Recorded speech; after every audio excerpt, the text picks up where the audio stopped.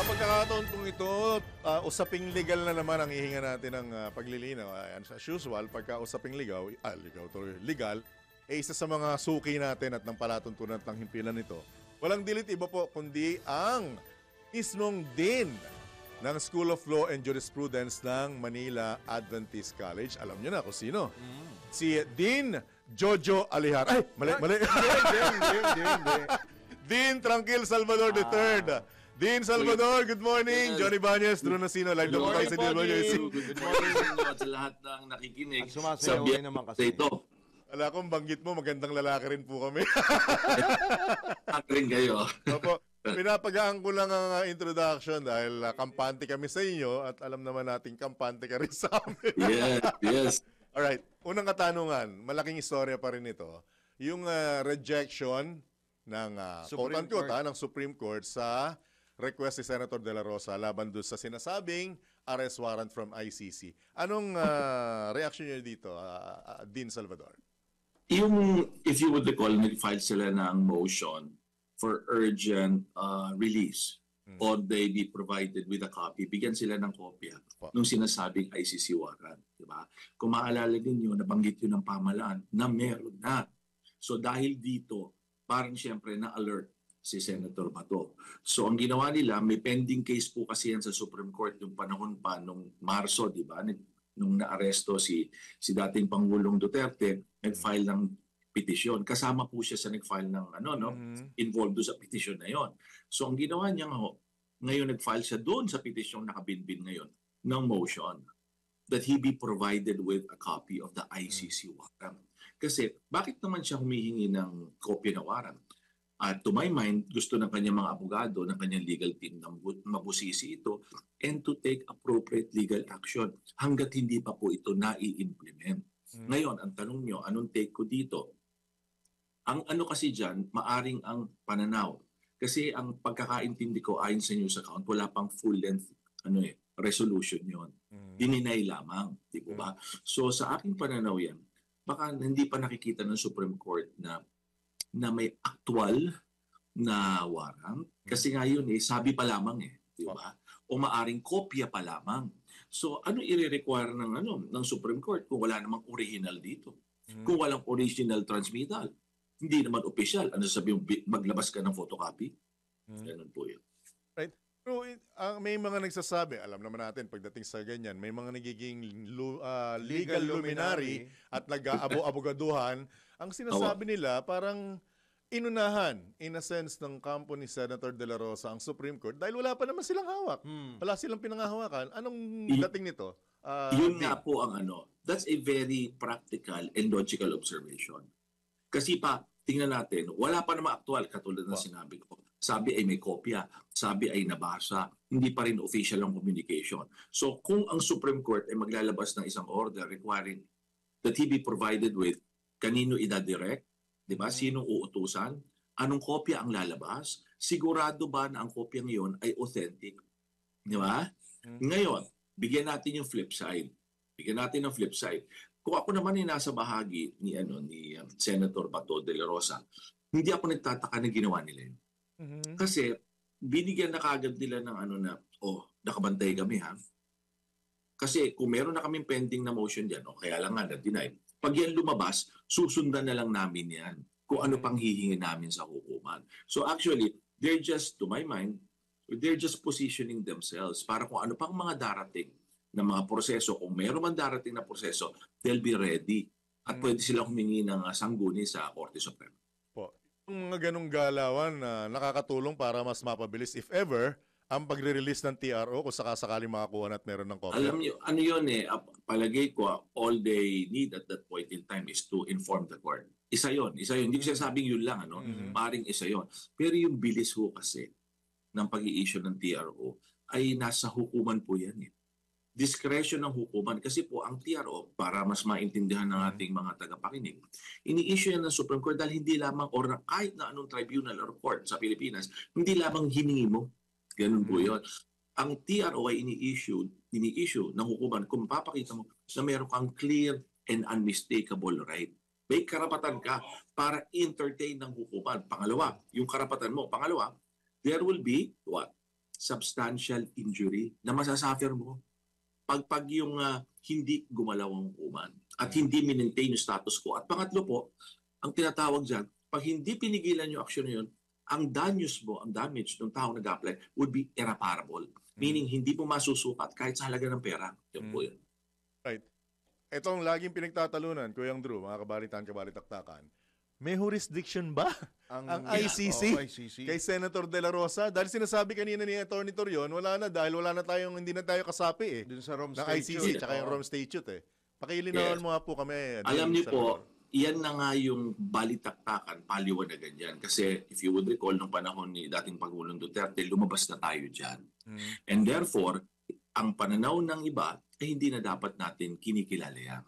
Subalit, may nagkaroon ng Supreme Court jurisprudence, nagkaroon ng desisyon ng Supreme Court, although hindi mismo yun yung punto na tinalakay, sinabi doon na yung mga aksyon na nagawa nung panahon na nandun pa tayo o kasapi pa tayo o kasama pa tayo doon sa statute na yung Rome Statute, ay pwede.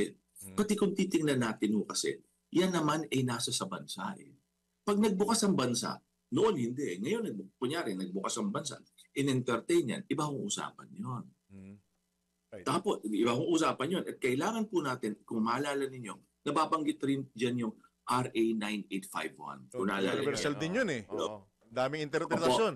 Yes, yung Republic Act in connection yung violation of international humanitarian law, genocide, and other acts against humanity, di ba?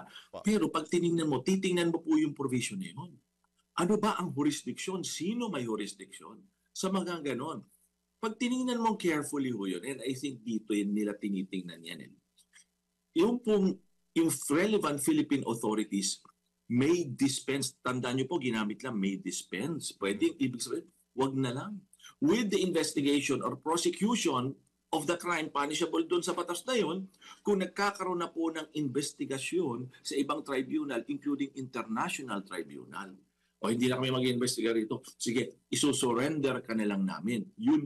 Kaya ako, pag pinagkabit nila yan, yung Rome Statute, at ito, sasabihin nila, meron ng investigation doon sa International Tribunal, sa ICC. So, ang aming katungkulan lamang ay isusurrender ka na lamang. Subalit, pagbabasahin niyo po carefully ito para yung mga ibang interesado sa batas, Section 17 ng Republic Act 9851, makikita niyo po doon yung relevant authority, kung lumapit ka sa kuhuman, may dispense with, or probably ang gobyerno, may dispense with the investigation or prosecution. Palagay ko yan ang mga critical na pag-uusapan dito sa darating na araw. Pati ho yung sinasabi mo, yun ba na lumabas ka na sa Rome Statute, pwede pa. Yun po yun. Yan ang mga usapin niyan. Yung residual na sinasabi ni Atty. Torion, residual daw po yun Residual daw. Kasi pag pinag-uusapan natin kasi ang residual jurisdiction, pagsasalitang legal, rule, ibig sabihin may nananatili na jurisdiction kahit na ang isang hukuman ay wala na. For example po, ang isang kaso ay nalipat na sa ibang tribunal or naiapila na. Meron pa po kasing iilan na mga pwedeng gawin ng hukuman ang tawag doon residual jurisdiction. Katulad po sa ating rules of court, na pinaliliwanag ko, kahit na naiakit na yan sa ibang hukuman, pwede pa ang court mag-entertain ng mga application, processes for the protection of the rights of the parties. Ayan. For execution, for application as an indigent, yan po yung tinatawag na residual. Kahit lumipas ang ilang taon, Dean? Opo. Yan nga ho ang legal question na iniraise yan. Yan ho pinagtatalunan. Kaya kung mababalikan nyo, yung kay dating President Duterte, hindi masyado naging issue yan. Kasi pagkahuli, kasi ayon doon, pagkahuli sa 9851, pagkahuli, dapat dadali mo sa competent authority. Walang kidnapping doon. Walang kidnapping doon. Well, yan? Ayokong bigyan ng opinion. Kasi makukot. Legal issue ho yan. Let the courts decide on that. Ganun ho yun. Kasi pag dinala mo yun sa competent authority, ang tatanungin, isusurrender ko na ba? Hindi, mag-conduct kami ng investigation. In fact, pag titignan niyo yung Rome Statute, pag dinala yan, yung Rome Statute mismo, pag na-arresto yan, dun sa arresting state, custodial state, nandun lamang siya. Ang purpose niyan, kung i-surrender na siya sa International Tribunal. Ganun lang po. Tapos po doon, sa competent authority, nakalagay po yan sa Rule 59, ilang beses, Article 59, Rome Statute, ilang beses pinag-uusapan. Ang pwede lamang tingnan ng custodial state, ng competent authority ng custodial state, tama bang inaresto mo siya? Yan ba yung tamang tao? Pangalawa, yung proseso ba ay sinunod ninyo? Okay? At pangatlo, yung karapatan ba ng tao na inaresto ay ginalang nyo? Hanggang doon lamang. Hanggang doon lamang. So parang ang ano doon, pansamantala lamang. Of course, in the meantime, kinikilala rin na pwede kang mag-apply ng interim relief. But of course, it's the duty ng local competent authority na hindi yan tatakas, hindi yan aalis. Kasi ang objective talaga ay isurrender ka na sa kanila. Kaya tricky yun. Sa jurisdiction ho nagkakatalo talaga. Kita nyo doon nagkakatalo. Ang issue lang sinasabi lang, wala na tayo eh. Di ba? Sa issue. Yung sasabihin naman, diba, sandali lang. Nagkaroon ng, nabanggit ng Korte Suprema sa isang kaso na pag ikaw, yung aksyon na nagawa, nung nandun pa tayo, ay maaaring bisitahin nila. So, legal question. Alright. So, hindi ka pwedeng mag-comment kung legal ba or hindi yung naging... Hindi ko pumapasukan, alam niyo kung bakit. I'm quite certain na pag nagsalta ako ngayon yan, bubutik-tikin ako ng lahat. Magiging quote of the day, di ba? Bubutik-tikin ka. Sabi ko, sinabi mo yan. Ano pala kayo? Hindi ka tigilan. Ay, hanggang Lunes yung quote na Sigurado yun. yan, sigurado. Headline yun. Dean, baka ano pa ho bang pwede pa nilang gawing ng kampo po ni Senator Ronald De La Rosa na legal remedy dito sa Pilipinas habang wala In pa the absence. in nung the talagang, absence of kopya. arrest Totoo, warrant, arrest hard warrant. copy. Alam niyo po, yung ginawa nila yon, mabuti binanggit niyo. Kasi Okay. doon, kasama doon sa, nag-file sila ng urgent motion. Nabigyan sila ng kopya. Nag-file rin sila po ng urgent manifestation. Opo. Yung urgent manifestation na yon, sinasabi, wag ninyo itatransmit yung mga communication sa ICC, ha? Ayan, nanabi to. Pangalawa, wag niyo pwede enforce yung ICC warrant. Yun in-urgent nila dun sa urgent manifestation lang yun, hindi pa motion. So, Korte Suprema para alam. Palagi ko, kaya nila nilatag na yon para pag pumasok, madali na silang mag-motion. And second, kasama ron yung red notice. Hindi nyo pwede enforce yung red notice na yan. Or yung surrender, hindi nyo pwede siya isurrender doon. Ayun. So talaga na yung gusto nilang mangyari at huwag kayo mag-extend ng assistance doon sa mga testigo ng ICC. Inunahan nila. Siyempre, yung nilatag yung kumbaga ho sa ano yan. Kumbaga sa, hindi naman, iba naglalaro ng bilyar, sinet up lang yan. Para pag kailangan, malapit na, i-apply nilang gano'n. Parang sa boxing, ginab-jab muna bago yung right hook. Kasi alam mo na, hindi pa wala pa naman yung warrant eh. Pero tingnan nyo yung red notice. Baka interesado kayo dyan. Nang malaman ng ating mga kababayan. Yung red notice ko kasi, ang nag-i-issue niyan, Interpol. Hindi ka po aarestuhin dahil sa red notice. Pero po yan, sinasabi dun sa red notice na this person has a pending litigation. Crime. Itong tao na to ay convicted na po ng crime. Maaaring murder, fraud, yan, very common yan. Tapos po yan, pero yung mga hindi sakop ng red notice, ito po yan. Yung mga away pamilya, crime na away pamilya. That which involve yung mga cultural differences, mga crimes na ganyan. At yung mga kasong administratibo, hindi po nare-red notice yon. At maliban lang kung that involves a commission of a crime by groups of people or syndicate. Ganun po yun. Yun ang red notice, ganun lang. Hindi ka, kasi sabi, hindi ka pwede. Itong tao na to, fugitive ito, bibigyan na ng notice dun sa Depende sa kaso. Depende sa kaso. Opo, itong kasong ito ni Senator De La Rosa, pasok ba sa red notice ito? At kung halimbawa merong red notice, kaya bang pigilan ng korte yan? Korte Suprema? Or i-delay, i-delay. Alam nyo, pwede, yan kasi nagkakaso na ako ng ganyang araw May nahawakan ako. Yan kasi ang patatanggal kasi ng mga aplikante na katulad niya na matanggal yung red notice na yon. Kasi ang nag-i-issue niyan Interpol Interpol, doon sa kanilang Secretary General sa office, kung di ako nagkakamali, sa France. Pag lumabas yun, lalabas na yun sa listahan nila. So if you move from one country to another, sabi, he's here. Bibigyan ng notice yun. Yes, para ma-aresto siya. Hindi natin kaya? Hindi po kaya ng Korte Suprema natin? Sir? Sabi ko nga sa aking experience, nung pinatanggal namin. Kasi wala nang crime. Tinatanggal yan ng hukuman ko, wala nang crime. Kaso? Kung mayroon pa existing na crime o mayroon pang warrant of arrest, hindi na tatanggalin yan. Okay. Hindi na tatanggalin yan. Oo. Kasi that's ano yan eh, parang galangan yan sa different states eh, di ba? Yan ba? O, Parang sige. NBA clearance din pala. Oo. May hit ka. Kapag may hit, di May ba? pinaalala ka, may hit ako. Eh, pero Anyway, opo. at least yun, within our jurisdiction. Yes, pwede oo, mo- dito lang. Oo. Kaya lang ako, kada nagre-renew ng clearance, may hit pa rin May eh. kapangalan. Ang may hit na rin ang lumalabas. Anyway, din Salvador, na sa inyong pagkakataon, baka may karagdagan pa po kayo mensahe. Lalo na doon sa mga nagagaling-galingan at nagiging legal luminary. Pagka ganitong Ang pagkakataon. suggestion lang po, ang suggestion ko, before we give an opinion, lalo ito, medyo complex po ito eh. Komplikado po ito. Para hindi matangay ating mga kababayan, mag-ingat tayo nung yung magbigay ng conclusion. Yung pag-usapan katulad dito, maganda yan. Kasi very very academic and discussion, informative. Pero yung talagang magbibigay ka ng conclusion, kasi po sa ating sistema, ang hukuman lamang ang nagbibigay ng pinal na interpretasyon.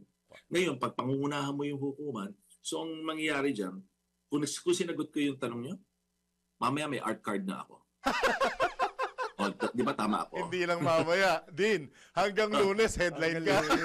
May art card ako. Tapos, yung mga natutuwa sa akin, nandun lahat. Yung mga galit na galit sa akin, ito, pinamasukan ito. Magiging viral ka. Viral ka. Hindi, ayos na. Ayos na ako. Kahit hindi.